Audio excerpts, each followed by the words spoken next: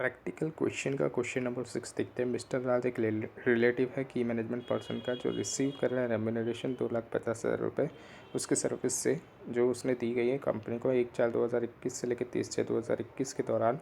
1/7/2021 को वो लेफ्ट कर देता है सर्विस। क्या जो रिलेटिव है वो आइडेंटिफाइड किया जाएगा क्लोजिंग डेट पर 30/3/2022 को? बताइए AS18 के हिसाब से। अकॉर्डिंग टू AS18 जो रिलेटेड पार्टी डिस्क्लोजर है, जहाँ पर पार्टी कंसिडर की जाती है रिलेटेड, अगर कोई भी time during the reporting period अगर एक पार्टी की एबिलिटी है कि वो कंट्रोल करेगी अदर पार्टीज़ को, या तो एक्सरसाइज करेगी सिग्निफिकेंट इन्फ्लुएंस किसके ऊपर, अदर पार्टीज़ के ऊपर, कैसे in making the financial and और ऑपरेटिंग डिसीजन, तो वो रिलेटेड पार्टी कहलाएगी। हैंस जो मिस्टर राज है, उसका जो रिलेटिव है, मिस्टर राज जो है वो रिलेटिव है किसका, की मैनेजमेंट पर्सन का, तो उसको आइडेंटिफाइड किया जाएगा एज ए रिलेटेड पार्टी, और उसका डिस्क्लोजर भी देना पड़ेगा फाइनेंशियल स्टेटमेंट के अंदर जो एंड हो रहा है 31/3/2022 को। एक्स लिमिटेड ने सोल्ड किया गया है गुड्स उसकी एसोसिएटेड कंपनी को फर्स्ट क्वार्टर के अंदर जो एंड हो रहा है 36/2021 को। आफ्टर दैट उसके बाद जो रिलेटेड पार्टी रिलेशनशिप है वो सीज्ड कर जा रही है।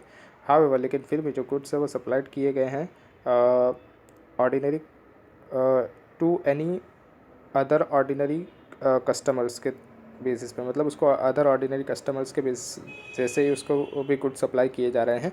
डिसाइड कीजिए क्या जो ट्रांजेक्शन्स है जो एंटर किया गया है ईयर के अंदर उसकी डिस्क्लोजर ज़रूरी है रिलेटेड पार्टी ट्रांजेक्शंस के लिए। एज पर AS18 जो ट्रांजेक्शन्स है एक्स लिमिटेड का एसोसिएटेड कंपनी के साथ पहले क्वार्टर में जो एंड हो रहा है 30/6/2021 को, ओनली रिक्वायर्ड टू डिस्क्लोज, मतलब 30/6/2021 तक के जो भी ट्रांजेक्शन किए गए होंगे सिर्फ उसी का डिस्क्लोजर ज़रूरी है as per related party transactions. जो ट्रांजेक्शन्स किए गए हैं पीरियड के अंदर जहाँ पर रिलेटेड पार्टी रिलेशनशिप एग्जिस्ट ही नहीं करती, तो उसको रिपोर्ट करने की ज़रूरत ही नहीं। मतलब 30/6/2021 के बाद जो भी ट्रांजेक्शन किए गए हैं उसको रिलेटेड पार्टी डिस्क्लोजर की ज़रूरत नहीं है, क्योंकि वो रिलेटेड पार्टी नहीं ही रही अब। ROE लिमिटेड सोल्ड कर रहे हैं गुड्स 90 लाख के एनियल लिमिटेड को। फाइनेंशियल ईयर जो एंड हो रहा है 31/3/2021 को। मैनेजिंग डायरेक्टर है, ROE वो ओन करा है 100% एनियल लिमिटेड का। जो सेल्स है वो किया गया है एनियल लिमिटेड को नॉर्मल सेलिंग प्राइस पे जो फॉलोड किया गया है ROE लिमिटेड के द्वारा। जो चीफ अकाउंटेंट है ROE लिमिटेड का, वो कंटेंट कर रहा है कि जो सेल्स है उसको ज़रूरत ही नहीं है डिस्क्लोज करने की, उसकी कोई डिफरेंट ट्रीटमेंट करने की ज़रूरत नहीं है एज़ पर अकाउंटिंग स्टैंडर्ड। क्या जो चीफ अकाउंटेंट है वो करेक्ट है? कमेंट कीजिए।